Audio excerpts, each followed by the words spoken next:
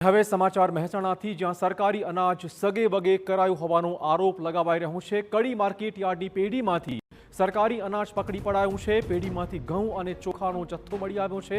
18,000 કિલોગ્રામથી વધુ ચોખા અને 13,000 કિલોગ્રામથી વધુ ઘઉં પકડી પડાયા છે। પોલીસે આ કેસમાં કુલ 23 લાખથી વધુની કિંમતનો મુદ્દામાલ કબજે કર્યો છે। પેઢી માલિક સામે હાલમાં ગુનો દાખલ કરીને આ કેસમાં તપાસ શરૂ કરાઈ છે। વધુ વાત કરવા જોડાશે અમારા સંવાદદાતા મનીષ તપાસ કયા દિશાની? જી મહેસાણા કડી એપીએમસી ખાતે આવેલી આ પેઢીમાંથી ગત એપ્રિલ માસમાં આ જથ્થો પકડવામાં આવ્યો હતો અને તેના સેમ્પલ મોકલવામાં આવ્યા હતા। જોકે સેમ્પલ પરથી ચોક્કસ જાણવા મળ્યું કે આ સરકારી અનાજનો જથ્થો છે અને તેના આધારે કડી મામલતદારે હવે આ સમગ્ર મામલે ફરિયાદ નોંધાવી છે, જેની અંદર 23 લાખથી વધુનો મુદ્દા માલ જે સીઝ કરવામાં આવ્યો છે અને ગોડાઉનમાંથી ચોખા અને ઘઉં સહિત 4 વાહનો પણ પકડાયા હતા। સમગ્ર મામલે કડી મામલતદારે પોલીસ ફરિયાદ દાખલ કરાવી છે।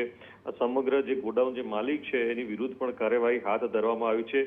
ઉલ્લેખનીય છે કે આ સરકારી અનાજનું બારોબારીયું થતું હોવાનું આ પુરાવાના આધારે સમગ્ર મામલો સામે આવ્યો છે અને આરોપી સોલંકી જેઠુભા દિલીપસિંહ છે કે જે 15 અને 17 નંબરની જે પેઢી છે તે નો સંચાલક હતો અને તપાસમાં ગેરરીતિ મળી હતી કે કટ્ટાના સ્વરૂપમાં ઘઉં અને ચોખાનો જથ્થો રાખવામાં આવ્યો હતો અને અનાજ, કઠોળ અને તેલીબિયાંનો છૂટકનો જથ્થાબંધ આ શખ્સ વેપાર કરતો હતો। જો કે સ્ટોક રજિસ્ટરનો અભાવ પણ, બિલો, હિસાબી રેકોર્ડની તપાસ અને સેલ્સ રજિસ્ટર પણ રજૂ કર્યું નહોતું અને સમગ્ર મામલે આ પુરાવા મળી આવતા આ મામલે ફરિયાદ નોંધાઈ છે। જી ધન્યવાદ મનીષ તમામ જાણકારી બદલ। તો હાલમાં પુરાવાઓ હાથ લાગ્યા પછી હવે ફરિયાદ નોંધી લેવાઈ છે અને જે તે વ્યક્તિઓ છે તેમની સામે હવે કાર્યવાહી પણ થઈ રહી છે।